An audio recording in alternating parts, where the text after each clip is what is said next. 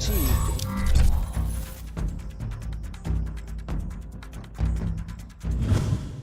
Hello, everyone, and welcome into Studio Day, Heffery Day Quarantine. Your local neighborhood Cowboys super expert here, Jeff Kavanaugh, 105.3 The Fan, G-Bag Nation, home of the Cowboys. Today's topics include, and of course, I need to thank you guys for providing the content because it comes from your comments, your questions. So check out my YouTube page, youtube.com/Jeff Kavanaugh.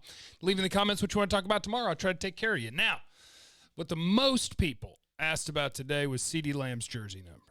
What they wanted to know was, Jeff, you okay with what's happening here? CeeDee Lamb gets drafted by the Cowboys. CeeDee Lamb immediately tells me, Sean Sharif, and Brian Broaddus, he said, I'm rocking 10 this year, baby. He knows his jersey number. He's ready. Makes sense, too, because he plays just like DeAndre Hopkins. So, rock and roll, right? We're number 10. Let's get it. Then we have Jerry Jones on right after the first round. And he decides to tell everybody that he lost a dear friend of his, Jerry Lamb, that used to wear 88 at Arkansas. So now it all makes sense, right? It's fate, destiny. Lost my friend. His last name was Lamb. He wore 88. Cowboys got a great legacy at 88. Drew Pearson, Michael Irvin, Des Bryant. We'll forget about Antonio Bryant and that random tight end that wore it for like 8 or 10 games. Don't worry about those things, right? There's a legacy to build on. Jerry's got this amazing story about his old pal that's no longer with us, which is very sad. And so if he says, if CeeDee Lamb is half the player that Jerry Lamb was, we'll be so fortunate to have another 88 Lamb. Just like my old Lamb and new Lamb, and we got this Lamb, and I used to have a friend in 88, and oh boy, we hope that CeeDee's going to wear that 88. So anyway, Jerry kind of said at the press conference he was hoping that CeeDee Lamb was going to wear 88. He probably hadn't heard CeeDee Lamb already tell us that he was going to wear number 10, right? No big deal. A little misunderstanding. He didn't know. But then Jerry probably finds out. So yeah, well, CeeDee said he's going to wear 10, and Jerry goes, wait a minute. And decides to intervene. Now, here's where we have to get comfortable with, as Jerry would say, a little bit of ambiguity, because I don't know what the conversations between CeeDee Lamb and Jerry were. I don't know what CeeDee's understanding was of Cowboys history. I don't know. So maybe Jerry went to him and said, here's the thing. You know, we've had 3 all-timers wear that number. We love it. It's a really cool legacy. Cowboy fans love it. So why don't you... what do you think? You want to be a part of that amazing legacy? And maybe CeeDee went, hell yeah, I do. Maybe he did. Or maybe the owner and general manager and billionaire man, when he asks a guy who hasn't even played in the NFL yet to do something, the guy's going to feel pressured like, oh, okay. And maybe he had a number he wanted. And maybe there's something to look good, feel good, play good, you know? Is CeeDee going to feel good in 88? Because 88's not hip anymore. It's not cool. Nobody wears numbers in the 80s anymore at wide receiver. 80s are tight ends. Receiver number starts with 1 now. That's the way it is. CeeDee had his heart set on a number. Maybe Jerry snatched it from him because CeeDee wasn't going to stand up and be like, no, dude who just drafted me. I'm not wearing the number you want. I don't care about Cowboys history. Because who's going to do that, right? So maybe he got pressured into wearing a jersey that he didn't want to, or maybe he didn't know. But either way, what I need, this is what I require, Jerry, talking to you. I require the CeeDee Lamb Zapruder film. I need the conversation you guys had about jersey numbers. I need it recorded, and I need to evaluate it, and then I'll issue my official opinion. Because if the conversation went like this, well, CeeDee, I wanted to talk to you about the jersey. I heard you want to wear the 10, and the 10's nice. It's a good number. 10's a good number. I like it. If you like it, we're excited for you to wear it and have all the touchdowns. But if you want to know about the history of the Cowboys and 88, and you want to carry on that tradition, we'd be happy to have you. And then if CeeDee's answer is, this is all going to be on the Zapruder film that I'm requesting. If CeeDee's answer is, dude, I'm super excited about that. Nothing would make me happier than wearing 88. I then need the Jerry follow-up of, Now I'm serious. Whatever you want to do, I just want to give you the option and let you know that number's not off limits to you. We'd be proud to have you wear it. You got to give him like 8 outs because this is a young person that I would think most young people, when the owner who just drafted you is like asking you to do something, you're going to say, okay, you got it. Whether you want to do it or not, you're going to say, okay, you got it. Because, I just got here, you signed the checks. All right, I'm going to do it. But if you did that and CeeDee's going to be wearing a number he didn't want to wear, you're off to a bad start with your guy. So I need the Zapruder film.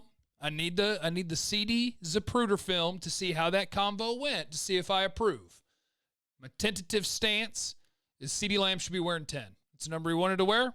Let that man wear his number. And another thing, here's my conspiracy theory on the 88 thing, if you hadn't heard on the radio. Jerry knows the fans want Dez back. Jerry knows the organization's not going to sign Dez. But you don't want to say that out loud, because then your fans get mad at you, because people love Dez. I love Dez. So what you do instead is you find somebody else to give 88 to. Then the rumbles stop.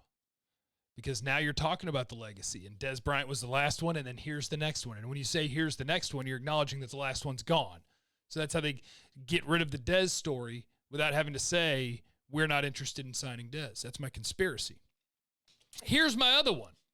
How's Amari Cooper feel? You drafted a guy in the first round, and Jerry's immediate thought was, this dude needs to wear 88. The greatest Cowboy receiver number of all time. What about the guy you traded a first-round pick for and then gave $20 million a year? Never popped in your head that he was good enough for 88? What are we doing? Just stuff to think about. Okay, other stuff from today.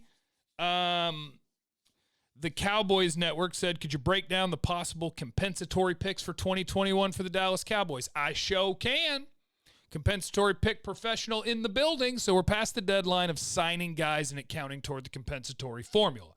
That's over. It was like 2 days ago. So now if you sign a guy, it does not affect what the Cowboys are going to get. Now, the comp formula is not officially official. Like, they don't tell us the exact formula, but there are people who crunch the numbers and come up with the estimates, and they're usually right on. So likely the Cowboys will have an extra third-round pick next year for Byron Jones. They'll have an extra fourth-round pick for Robert Quinn. They'll have an extra fifth and sixth-round pick for Randall Cobb and Jeff Heath, if I have that right. And then maybe Malik Collins? They're going to have at least 4 extra picks.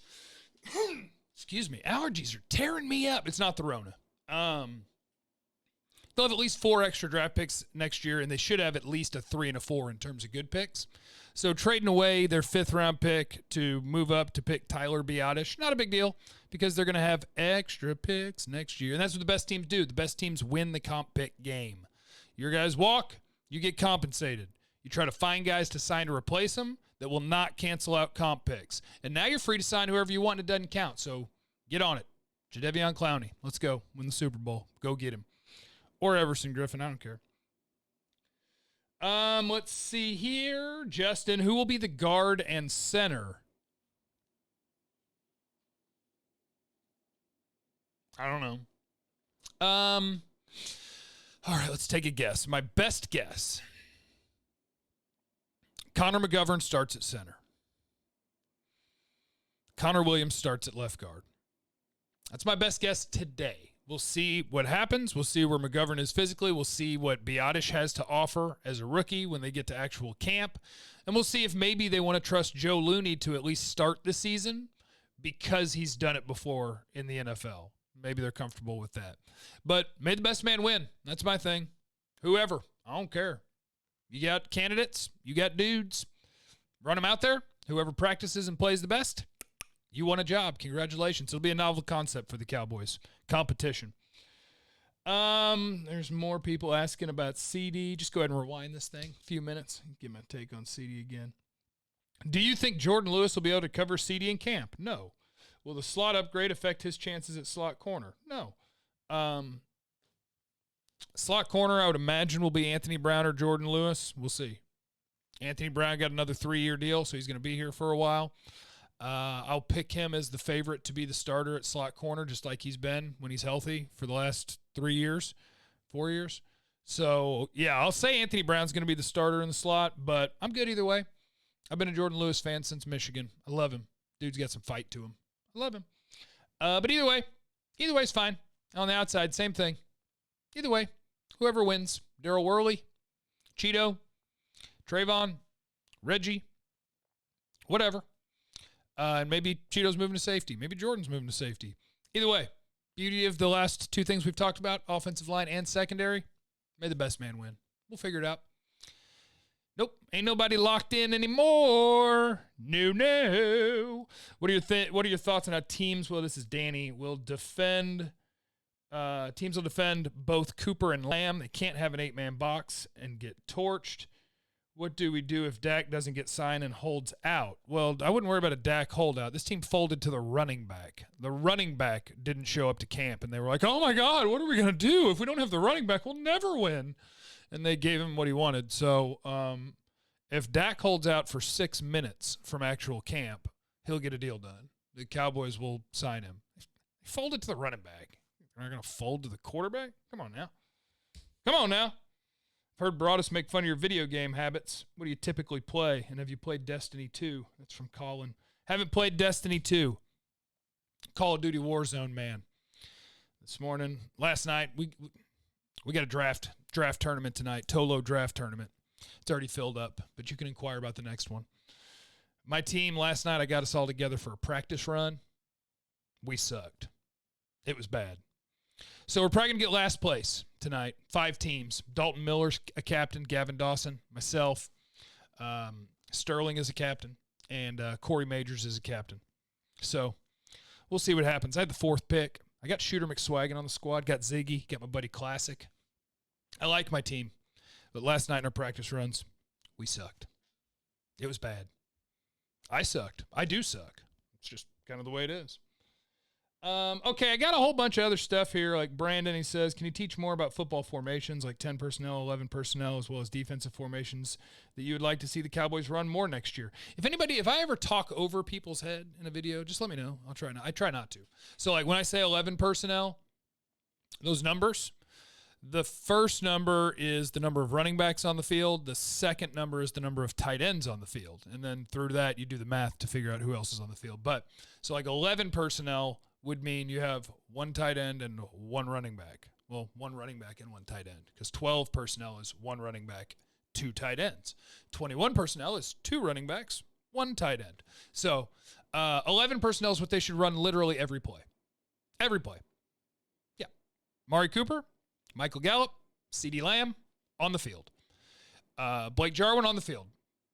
And 1 running back, whether it's Zeke or Pollard. If you ever wanted to maybe bring on Pollard for Jarwin to do bits, that's cool, whatever. But they should run 11 personnel pretty much every snap.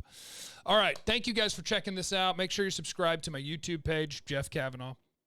And leave in the comments what you want to talk about tomorrow. I'll take care of you. And now I'm going to go run these puppies ragged before I go to work. So that little puppy CeeDee, you guys want to see CeeDee? Come here, CeeDee. Little puppy CeeDee. We gotta. Hi, CeeDee. Say hi. What? Come back. Say hi, CeeDee. Say hi, guys. That's CeeDee. It's the letter C, the letter D stands for cool dog or crazy dog. You know. By no way influenced by the greatest first round draft pick of all time. All right, I'll see you guys on the radio.